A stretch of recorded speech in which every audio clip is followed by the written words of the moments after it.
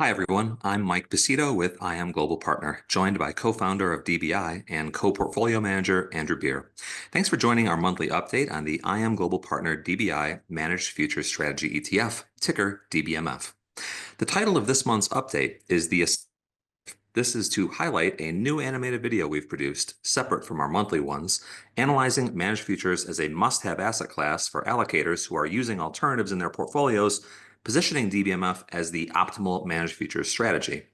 The animated video can be found on the DBMF microsite, www.dbmf.com, and clocks in at just under 5 minutes.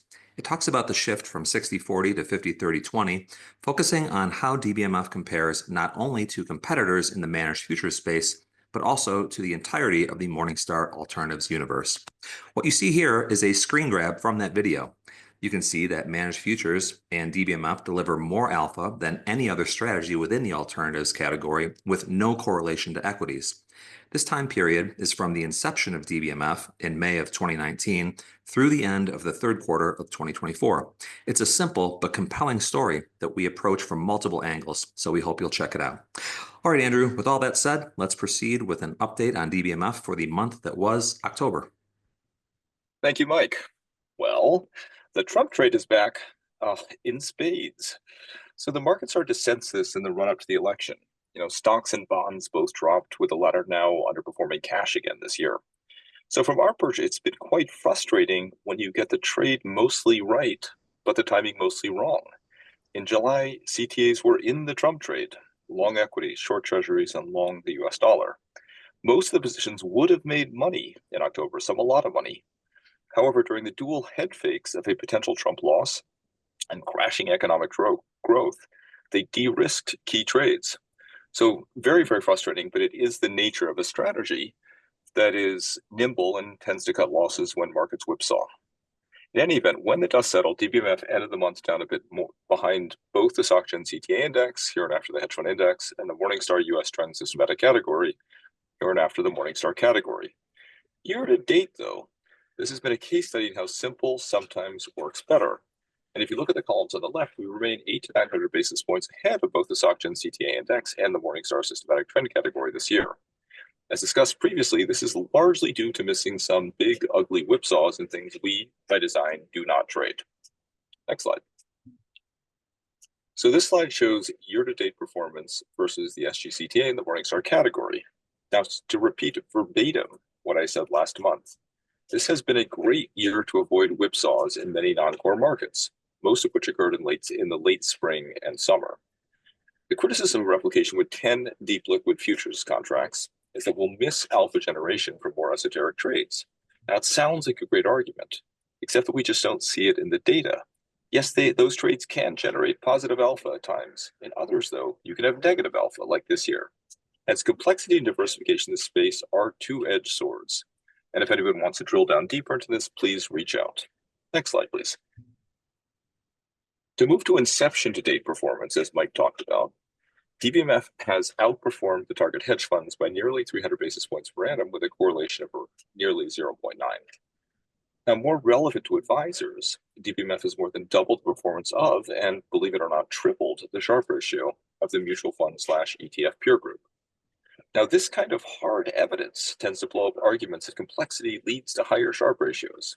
So we have this funny chart. We show the number of positions in DBMF versus some of the large competitors. We have 10 futures. They might have 3,000 individual positions. Now, according to allocator lore, the latter should win over time, and yet it doesn't, which is the grounding for our argument that complexity is often a marketing tool used to justify, not surprisingly, higher fees. Of course, we're using factor replication, not building trend models, but I think you get the point. Next slide, please. So here's our slide on volatility adjusted positioning. The red dots are from the end of September, and the green bars are at the end of October. Starting on the left in the commodity space, we see the same exposures, but an increase in conviction. On the currency front, extreme volatility in the yen since July finally led to getting out of the short trade. Now, treasury positioning has been very frustrating. After the rate cut euphoria head fake, we shifted positioning to a bet on lower rates by the end of September, only to walk into that particular propeller as the Trump trade was revived. The portfolio has repositioned back to benefit from higher rates, long-term rates, and we'll see where it goes from here. We've maintained our long equity exposure throughout these market gyrations, which brings us to the next slide. And here is our year-to-date contribution by factor. In aggregate for 2024, our biggest contributors have been gold and the yen short, while bets on rising rates in Treasury futures were upended when the market flipped expectations of multiple rate cuts by year-end. We've eked out gains in the euro, and I've been riding the strength in developed market equities, which obviously have helped the portfolio. Oil has been flat and relatively directionless. All that said, Q3 was very tough. Now let's hope that Q4 looks a lot more like Q1 and Q2 of this year. And with that, as always, I'll hand the baton back to Mike. All right, thanks, Andrew. Let's wrap up here with some long-term performance. Year-to-date 2024 through October, DBMF maintains its outperformance against its key benchmarks. The two of them, SocGen CTA Index by over 260 basis points annualized, and ahead of the Morningstar Systematic Trend Average by over 430 basis points annualized, and outperformance against the AG, the traditional diversifier for stocks, inclusive of dividends for both it and DBMF, is over 675 basis points annualized. So in closing, thanks as always to our clients and to our prospective clients for your confidence and interest in DBMF. If you have more questions about the strategy, would like further information or a call with us, please don't hesitate to reach out. Just send us an email at team@imgpfunds.com.